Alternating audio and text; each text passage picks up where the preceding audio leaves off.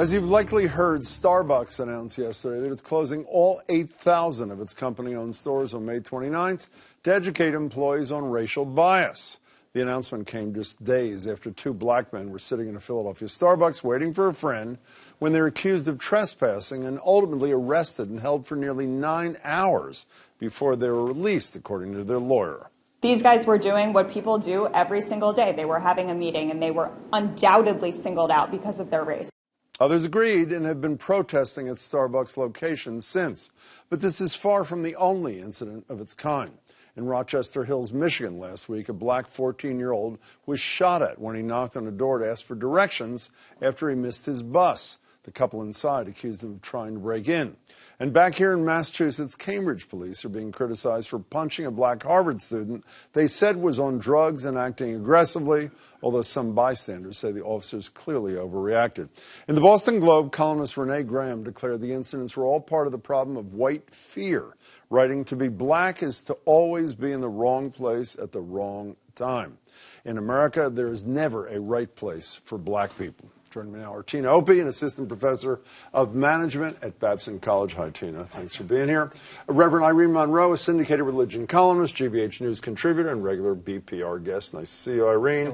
And Michael Curry is the former president of the Boston NAACP and current chair of the National NAACP Advocacy and Policy Committee. As always, Michael, nice to see you as well. Can I read just a little bit more from Renee's column, if I can? Yeah. She says, shopping while black, selling CDs while black, listening to music in a car while black, asking for directions while black, sitting in Starbucks while black, and then I jump ahead. Everything black people do is weighted by irrational white fear. Is that the thread that unites all these incidents, the ones I just mentioned, is it white fear of black people, Michael? You know, I think that's a critical part of it. I think we have not had a deep conversation about racism in this country. We've been talking about having it for a long time. And how it manifests itself in all the parts of our lives, and whether that is in our policing. We have this conversation, you and I have had this conversation about policing in Boston and across the country, and our teaching and how we guidance counsel and provide advice to students. It goes across the board, and we've not been willing to address it. Is white fear a critical element of this, Irene? Oh, absolutely. And I think that what we really need to do is sort of look at what some of the root causes are. What are they? And I think that when you're reared on a diet of white privilege, and you have institutions that support it systemically, that any sort of conversation about racial equality will conjure up a kind of rational fear, and any kind of black advocacy or agency like Black Lives Matter also conjures up even more fear. How about you? You want to make it unanimous? I agree. I think we also have to add in a lack of exposure to black people and black institutions, because there's a lack of exposure. Yeah, I think there's a lot of ignorance amongst white people about what it even means to be black, what black culture is. They think that they know what it is, but then when they are interacting with black people, they seem to easily fear them. But can I push back on that, though? Yeah. Because, see, I think that white people love black culture. They appropriate it, but don't love black people. So that's, to me, is one of the root here. But so the issue is do they really understand black culture? Because black people are black culture and vice versa. So if you really understand black culture, how can you also not love black people? Well, even though she's not here tonight, I don't think she'd. Andrea Cabral, former Secretary of Public Safety, would probably not authorize me to speak for her.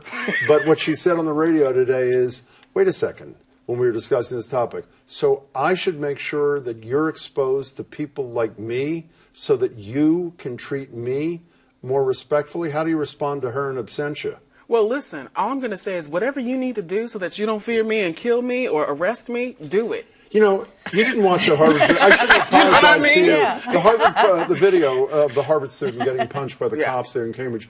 I'm sorry to not have alerted you in advance. I played about 5 seconds of it. You chose not to watch it. Why? Because I think what people need to understand, it's a form of PTSD to be consistently exposed to that. And honestly, at that moment, I wasn't in the best mood.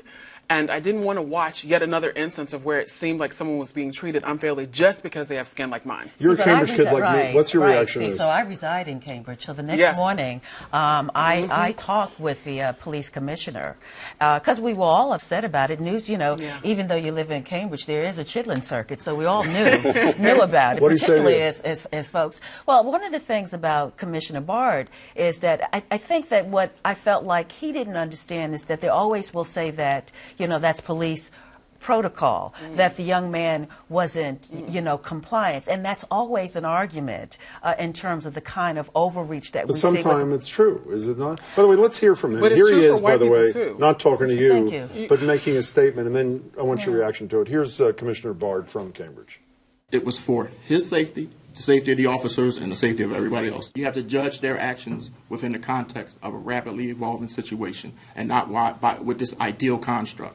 Didn't convince you, apparently? No, because I think what happens is that while we would like to say that they needed to do escalating kind of techniques and also be do some sort of trauma, inform intervention, I just think that all of that goes out of the window once you see a black male because of the demonization and criminalization of black male. I think that when we look at that, we talk about it systemically, is even the way we talk about black men in culture. Even when we say black male, are we talking about fraudulent behavior?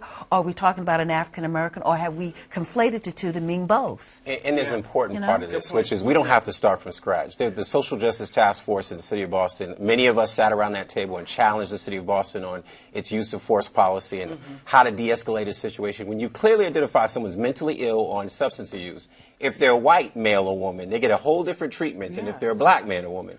And the reality is we got to have policies that take the discrimination out of how we approach people. And we're not at that place. There's a Latin term, res ipsa loquitur. The thing speaks for itself.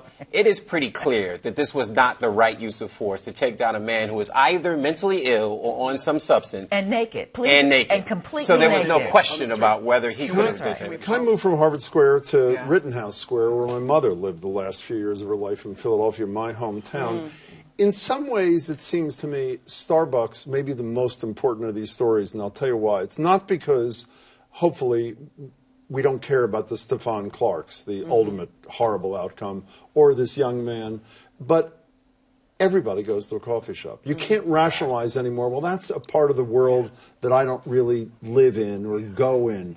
Everybody goes to, the generic Starbucks. It's a Dunkin' Donuts, it's a something. Starbucks is the most enlightened of all these things. It seems to me that that's the one that may crack people's minds open, even more than ones where the outcomes were far more horrific.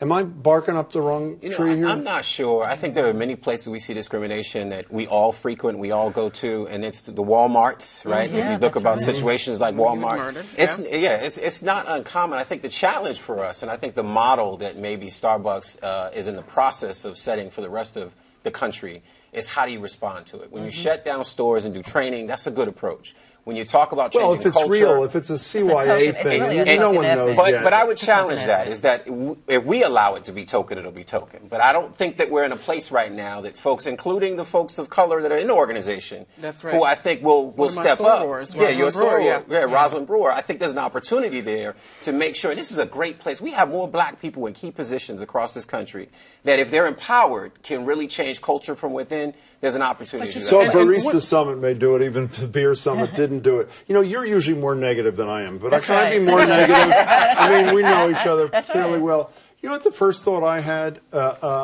when I heard about this Starbucks thing is Woolworths in 1960 in Greensboro. Yes. I don't mean to be overly dramatic about it, but how far we have not come to be having this happening in 2018. I think the thing about Starbucks that people got to understand, too, here, is that these were black men in the wrong place. Because what had happened in Dunkin' Donuts, so we're talking about not only race but class, and the way in which they dress. So, there's that issue that also needs to be... But why was it... So I want to push back a little bit, because I agree with you, but why was it the wrong place? Because white people consistently go into Starbucks and don't... Because Renee Graham said any place a black person is So we say it's the wrong place, but it's really frustrating, because I think about that. We said that it's the wrong place for them, but I want to bring up Officer Gannon, God rest his soul. Do you realize, in Yarmouth, yes, he was going to give an arrest warrant to someone, a white man, who I believe had 110 warrants yeah. out for him, yet he was taken alive. That's right. I mean, let's just contrast that Yeah. with the way that the person in Harvard Yard was treated, the way that these two men in Starbucks Like the were guy in treated. Austin, too, by the way, the bomber in...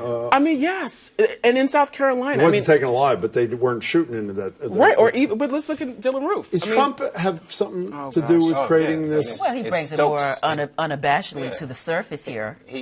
We always say, the beauty of Donald Trump, if there is a beauty of his presidency, is that he caused people to take the sheet off of this conversation. Yes. Right. There are a lot more outwardly racist people that we didn't know that some of us didn't know were there. So I it's a think. disastrous opportunity because it allows us to now see that to be part of the Klan, you no longer, or have a Klan kind of mentality, you don't have to wear a sheet. I only have 30 seconds left. Michael has some hope in this Starbucks thing. Do you, too? No, I don't. Why do you not? not? Why do you Because not? I think I see it as a token effort. I think that what you really need to do is do some systemic change. I think one day of doing training is sort What's of systemic change? How do you do that? systemic change is that to have people in top places affecting change, but have Starbucks in Roxbury, in areas of Roxbury and Dorchester where you wouldn't, quote, think of having a Starbucks. You get the Because last it's 10 an elitist seconds. statement. Are you buying the Starbucks? if other approach? organizations did what Starbucks is doing, it would be a great start to lead to the systemic change Well, that I'll Irene keep just up mentioned. alive Exactly, you for a will. moment. Thanks for For a being here. It's good to moment see here. you, Irene. See you on Thank the you so radio. much. Michael, take care. you. It's great to Always. see you. Thank you.